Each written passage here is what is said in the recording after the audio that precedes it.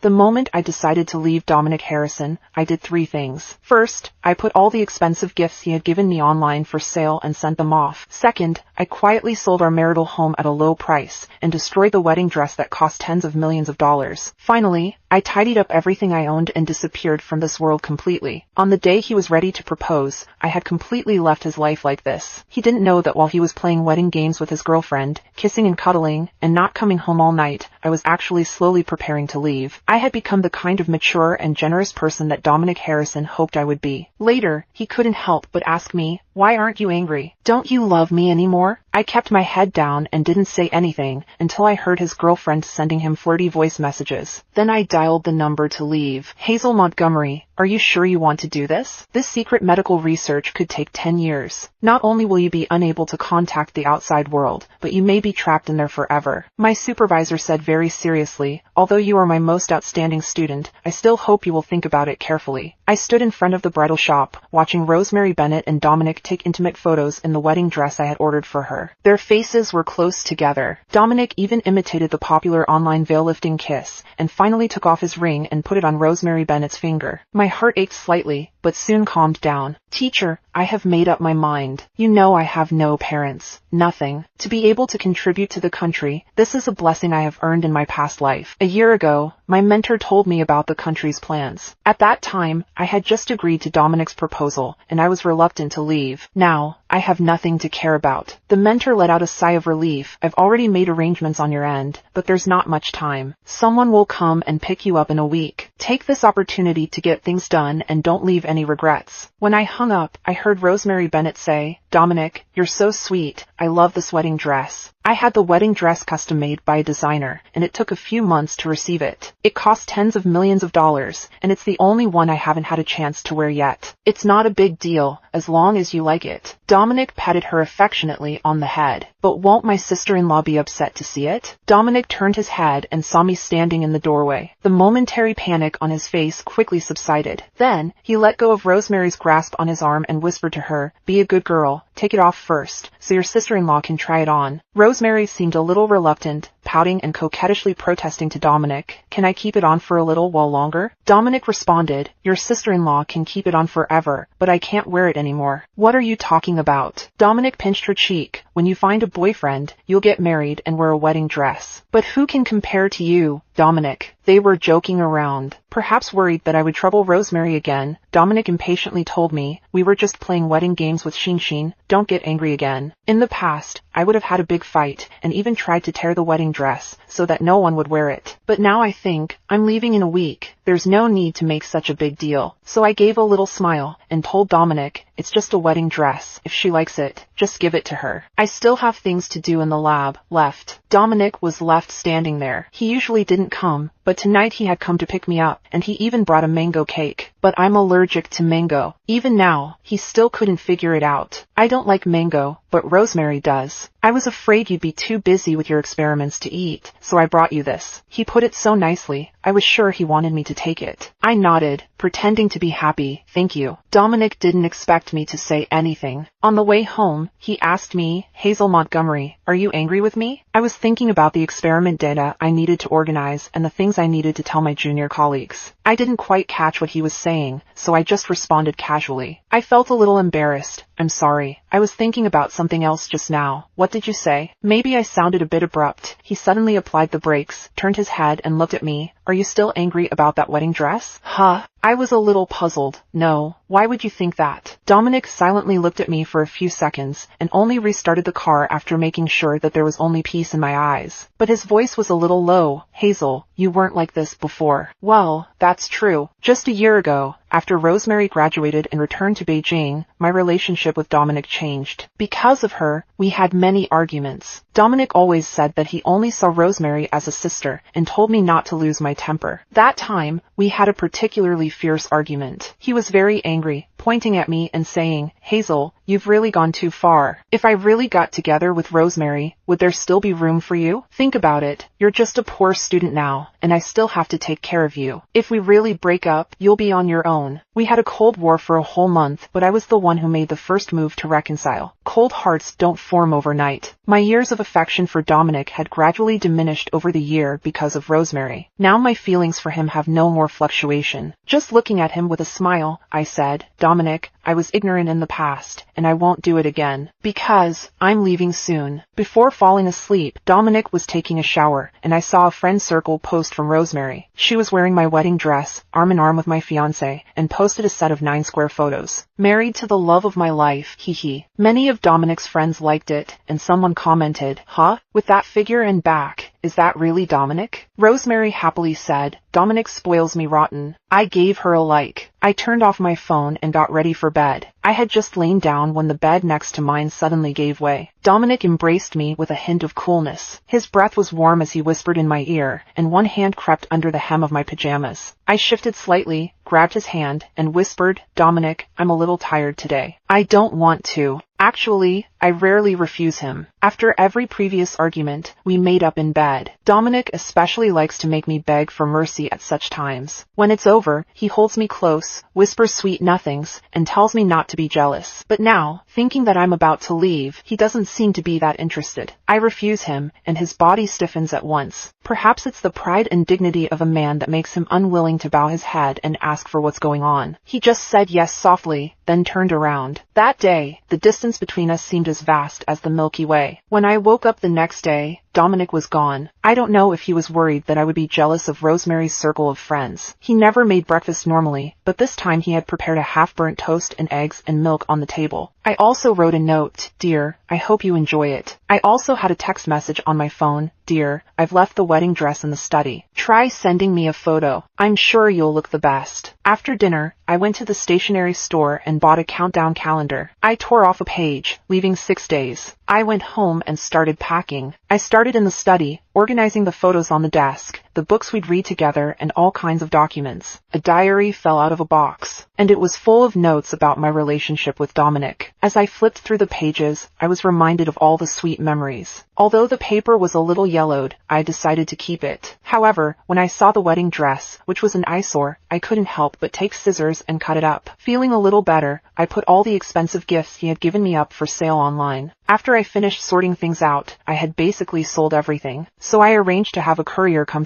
the next day and take everything away. At 6 p.m., my phone reminded me that a play was about to start at 7 p.m. It was a popular play, an immersive performance, and I had bought the tickets a long time ago. I didn't plan to ask Dominic if he was still going, because he had already forgotten. Sure enough, before the performance started, he said he was busy working and told me not to wait up for dinner. At that time, I didn't manage to get tickets for the front row, so I had to sit in the right aisle. The play was very well performed. It was about a love that was separated by death, and it moved me to tears. Towards the end of the performance, the actors came down to interact with the audience. The big screen showed that the person chosen was Dominic, and he was sitting next to Rosemary. Oh, so he was busy working because he wanted to spend time with his young girlfriend. And he even managed to get a front row seat. The lights shone on them, the man handsome and the woman beautiful. They looked great together. When the actor asked them if they were a couple, Rosemary immediately leaned into Dominic. There was a loud noise from the audience. The actor asked the audience if they were moved, reminding everyone to cherish the people around them and the fate of being together. Then, he asked if everyone would like to kiss deeply like in the last scene of the play. Rosemary froze for a moment, and then happily looked up and kissed Dominic. Unexpectedly, he suddenly pushed her away in excitement, stood up and tilted his head slightly to the side. In the crowd, our eyes met for a moment. Actually, I didn't feel anything, so I looked away, picked up my bag and left. When I reached the exit, Dominic caught up with me, his hair all messed up. Maybe it was because I had been so calm. That's why he was like that. He was different from usual, and started to say seriously, so many people are watching, I don't want to let everyone down. I nodded, and I understood. He paused for a moment, and asked me, Are you being sarcastic? Are you jealous? I laughed and said, There's nothing to be jealous about. At that moment, Rosemary also came over, but she was wearing high heels, and when she was about to reach us, she accidentally sprained her ankle. Dominic, it hurts. He wanted to go help her, but he was worried that I would be there, so he looked very conflicted. I said first, It hurts so much. Let's go to the hospital quickly. If it hurts the tendons and bones, it will be troublesome. Dominic was a little surprised by what I said, and he took my hand, saying, I'll take her to the clinic next door first. Wait for me at the door and I'll come back for you. Is that okay? I casually agreed, saying, okay. Dominic stared at me for a while, as if trying to read my expression. However, I wasn't angry at all. Finally, he let go of my hand, picked up Rosemary, and left. I didn't want to wait for him stupidly like before, so I went home first. When I was leaving, I got a call from my junior colleague, who said there was a problem with the experimental data. We had been busy for a long time but couldn't fix it, and asked if I could come over and help. I hurried over. Before long, it got light, and the problem was found and solved. My junior colleagues praised me. Finally, with some reluctance, they said, "Senior colleague, are you really going to that confidential research?" I nodded, yes. But aren't you getting married? Are you really willing to give it up? I froze for a moment, then laughed. The country's business is more important. Besides, to Dominic, it doesn't make much difference whether I'm there or not. The world doesn't actually stop turning when someone is gone. I dragged my tired body home, opened the door, and I saw Rosemary again. She was wearing Dominic's shirt, with nothing on her legs, and was walking out of the master bedroom. When she saw me, her expression was calm. "Sister-in-law, don't get the wrong idea. After the examination yesterday, I applied medicine, and it was already late. My parents are not at home these days. I am alone at home with no one to take care of me, so Dominic brought me here." At this time, Dominic came out of the bathroom, probably thinking that I was going to be upset again. He frowned and said, "Hazel, I don't want to argue with you early in the morning today. I thought to myself to go to work with me, but I don't have any clothes. I'll borrow yours for today." Before he could finish, I agreed, "Okay." We both froze for a moment. Dominic looked at me, seemed a little surprised, and thought I was overreacting. He explained to me, "Shinshin slept in the second bedroom yesterday. Don't think too much about it." I interrupted him, "I'm not thinking too much. You grew up together, like brother and sister. There's a room in the house for her. She can come and go as she pleases, without asking me." "Didn't you say that?" Dominic paused for a moment, his tone softening slightly. "It's really good that you think so. I hope you and Shinshin can get along well." Just then, the doorbell rang. The courier I had arranged to come had arrived. Dominic saw that the living room was full of all kinds of things, and his face instantly turned bad. "Hazel, what do you mean by this? Don't you want the things I gave you?" I was about to speak, but he took out an 8-track player, inside of which was a bride in a white wedding dress spinning around. His eyes were a little red. "Don't you like this?" At that time, we were both very poor. He couldn't afford to make promises, and couldn't buy more expensive gifts, but he insisted that he would definitely marry me in the future, and be my bride. I really believed him. Reality hurts. 3 people in love is too crowded.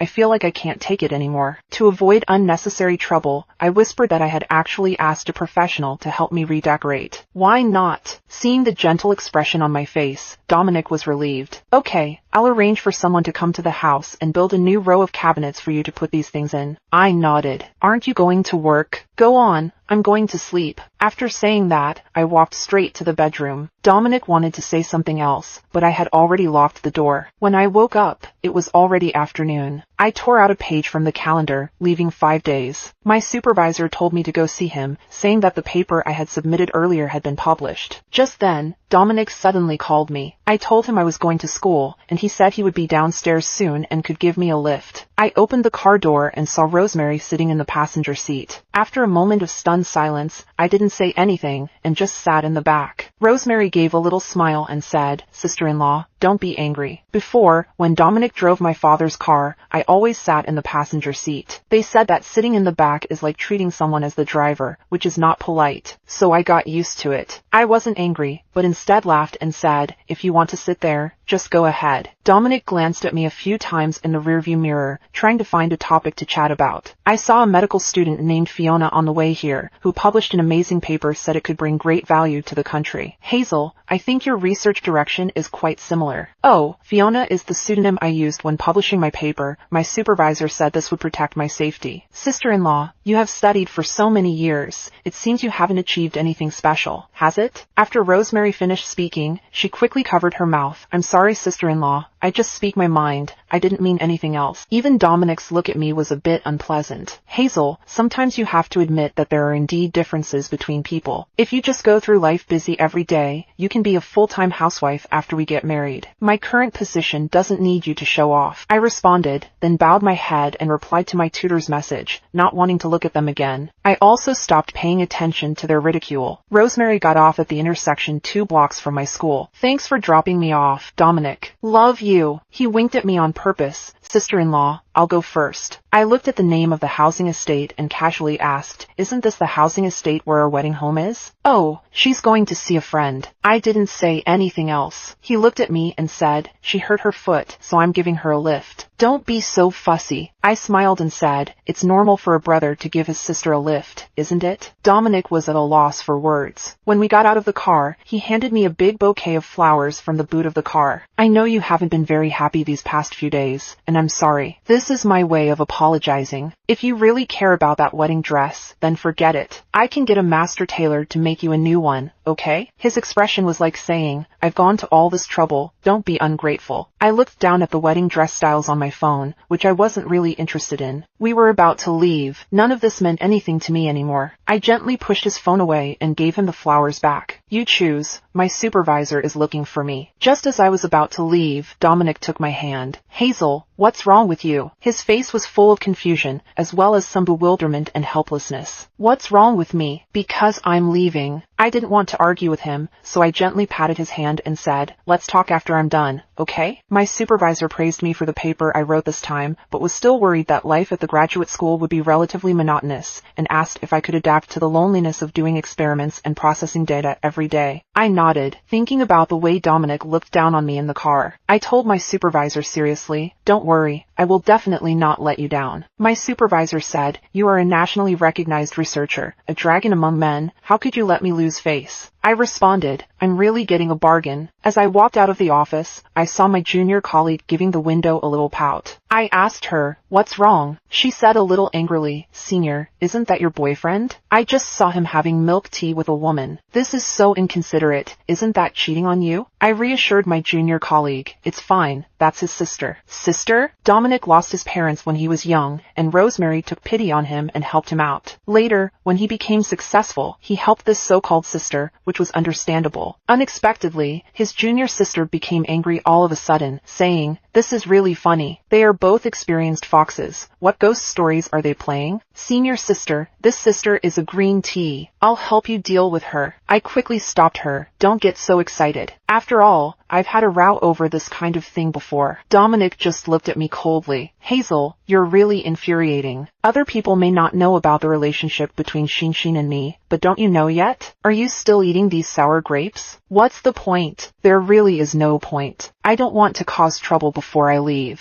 So I told my junior sister, I'm leaving in a few days, and I hope she can keep a secret. So are you still planning to get married? I shook my head. No, everyone is leaving. As soon as I said that, Dominic's voice came from behind me. Hazel, where are you going? I wasn't sure if he had heard what I said earlier. He said lightly, oh, going to another school for an exchange. I could tell he was relieved. Then, it seemed that he thought of something. A smile appeared in the corner of his eye. Go home, I want to tell you something. I responded. Dominic told me that he had 2 days off and could go on a trip with me. Didn't you want to see the sunrise? Let's just relax, okay? Okay. Finally, he sighed and put his arms around me. However, he still smelled of Rosemary's perfume. Hazel, I love you. So, if there's anything that makes you unhappy, you have to tell me, okay? I promise I'll spend more time with you in the future, and I won't let you suffer. You can trust me. I promised him, I believe you. But the next morning, Dominic once again failed to keep his promise. He sent a message saying, the company had a sudden emergency. I was wrong this time. Hazel, I will make it up to you next time. I had already guessed as much, and I didn't feel too disappointed. Since Rosemary had appeared, Dominic had never kept his promise. So in the afternoon, I just bought my own ticket. The mountains were quiet. I lay in the rocking chair and listened to the insects chirping, and my mood became very peaceful. Before going to sleep,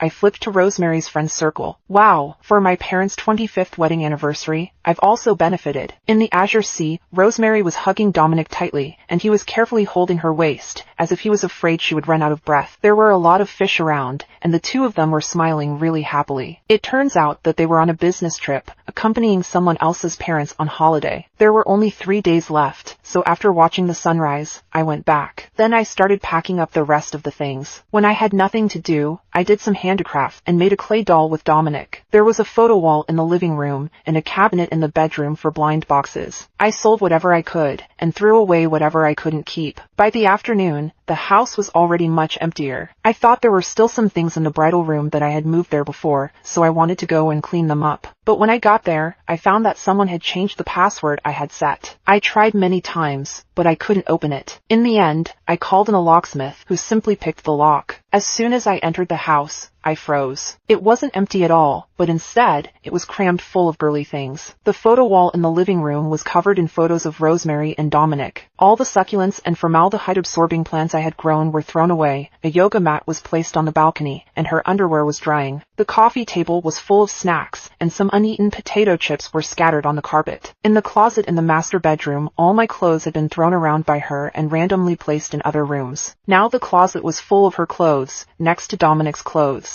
If someone didn't know the situation, they would think this was their new home. I suddenly remembered the day Dominic drove her home, why he stopped here. I still remember the kind of ambiguous look she threw at me when she got out of the car. So that's what it was. Does Dominic know what a marital home is? He hasn't even lived in it himself, and he's letting someone else move in first? My heart skipped a beat. I actually wanted to get angry. Not because I still cared about him. I just felt a bit disgusted. But then I thought, there's no need to do that. He has been biased towards Rosemary for a long time, and there is no need for me to go looking for trouble. I bought the marital home with my parents' inheritance, and my name is on the property deed. Now that I am leaving, there is no need to keep the house. I called the real estate agency and asked them to help me sell it quickly at 20% below market price. It is now fashionable to use short videos to sell houses. Because the house is well maintained, it was decorated as a marital home, and it's in a good school district. They arrived quickly. After filming the video, they started advertising it everywhere. When they left, they added me on WeChat and told me that at that price for that location, they guaranteed it would sell within a day. They told me to get my documents ready and that the contract could be signed at any time. Do you want anything else from inside? The agent asked me before leaving. I looked at my carefully decorated house, which had now become completely different, and said, "Please help me clean it up. I'll pay for the cost." I was in the living room finalizing the paperwork when the doorbell rang. Dominic's assistant came to tell me he'd had one too many drinks. I couldn't help but chuckle a little that I'd gone to such lengths to keep him from being embarrassed. To make a good impression, Dominic really had one too many drinks. I told the assistant to put him on the sofa, without even offering him a blanket, and went back to the bedroom. When I got up the next morning, Dominic had just come out of the bathroom, saw me, with a hint of resentment in his tone. "Hazel, you let me sleep on the sofa last night?" I blinked, and said, "What else? You'll catch a cold." This reminded me of how Dominic worked so hard when he started his business. He often stayed up late in the small office. I was worried that he was working too hard, so I always prepared blankets and heating pads in advance, and always filled the thermos with hot water. But it seems he has forgotten that I was also exhausted at the time and struggling with my studies. Because I liked him, I tried to be considerate. But now I just wanted to get away quickly, and I didn't care about his problems. So I said slowly, "Oh, okay." He froze for a moment. He started to size me up again. "Are you still upset about Rosemary?" I laughed. "You said it yourself. It was impossible between you two. Why would I still be angry?" Dominic looked at me in disbelief. Just as I was about to go to the kitchen, he stopped me again. "So why are you ignoring me?" He used to say that I was too controlling, and he didn't like it. I couldn't find him, so I called his assistant. He said I was annoying. Now that I'm ignoring him, he's not happy? But I didn't want to argue with him. It was exhausting. So I said gently, "You've been working hard lately, haven't you?" He looked at me for a few seconds, then went back to the bedroom to change. "I'm making breakfast. I've just cracked the eggs." Then he suddenly runs out and asks, "Why are there so few clothes in the wardrobe? And where's the blind box display case? Why is it gone? Isn't that your favorite?" Oh, after the last sale, I started tidying up my things again. Those blind boxes, I was actually quite reluctant to part with them after all the time I'd saved up. But I couldn't take them with me, so I sold them all. Dominic never used to care about these things before, but for some reason he suddenly started paying attention. So I casually said, "I don't want them anymore." He froze, staring at me. Time passed slowly. "I'll buy them for you again after that. Even if you want the stars in the sky, I'll pick them down for you." I lowered my head, without answering. His gaze shifted to the countdown calendar, and he asked me, puzzled, "There are 2 days left. What are you going to do in 2 days?" I glanced at the big red words. He didn't know that after tomorrow, I would be leaving. I wondered if I should tell him in advance. But then I thought about the ring box that fell out of his pocket yesterday, and the link to the ring that Rosemary shared with her friends. In the end, I chose silence. I was now wearing the simple ring he bought me with the money he saved after graduating. It wasn't expensive, but it was full of his love. I have always worn it like a treasure, and I have never taken it off. But now, I gently took it off and placed it in Dominic's hands. His face immediately fell. Hazel, what do you mean? This ring has been worn for a long time, and it is a bit worn. I still kept a calm expression. He seemed to understand, no longer nervous, and his face softened. It is true that it has been worn for a long time. I will have it polished, and prepare a new surprise for you. What surprise? Dominic said with a smile. You'll find out in 2 days. Hazel, trust me, I really love you. I lowered my head and said nothing. 2 days later, it was the day I left. I don't think I'll be able to wait until then. Dominic continued, how about we go for a walk at our alma mater tomorrow? I nodded. We had been in love for 8 years. We went to the same university for our undergraduate studies, but then I chose to go to a better university for my master's degree, while he decided to start working. Later, after I got my doctorate, he successfully started his own business. Then he said we should get married. I didn't have any friends there, and there was no proposal ceremony, but I still said yes. At that time, I felt that our relationship was unbreakable, and no one could separate us. Thinking back, I was still too young. True feelings can change very quickly. In the afternoon, I went to the school to attend an event where a company donated money to the school's medical fund. I didn't expect Dominic to be there. Backstage, he looked at me, with a smile on his face. I saw your thesis that day. I immediately contacted the partner and immediately got involved. If I had waited a little longer, I would have missed the opportunity to be featured in the media. Hazel, do you know someone called Fiona? Can you ask her if she can get me an interview, or maybe get her company to endorse me? I looked at him silently, and for a moment I wanted to tell him that I was actually the person he was talking about. I'm not a good-for-nothing. I heard what he said, and I wondered how he knew her. Geniuses only make friends with geniuses. You're not qualified to know her. I wanted to say something, but I held back. So I decided not to tell the truth either. Oh, I don't know him. He seemed to have expected me to say that, and he shrugged. I heard there's a list of people who are going to work in the country's secret service for research. I think this Fiona must be on it. Yes, I answered casually. Dominic looked up at me. Do you know anything about this list? I'm not really sure. Oh, that's okay. At that moment, my junior came to find me. Senior, the instructor wants you to take some photos. A lot of people want to take photos with you, or else they'll never get the chance. I nodded. As I got up, Dominic held me back. What do you mean they'll never get the chance? I pressed my lips together and broke free of his grip. It's nothing. Someone's leaving.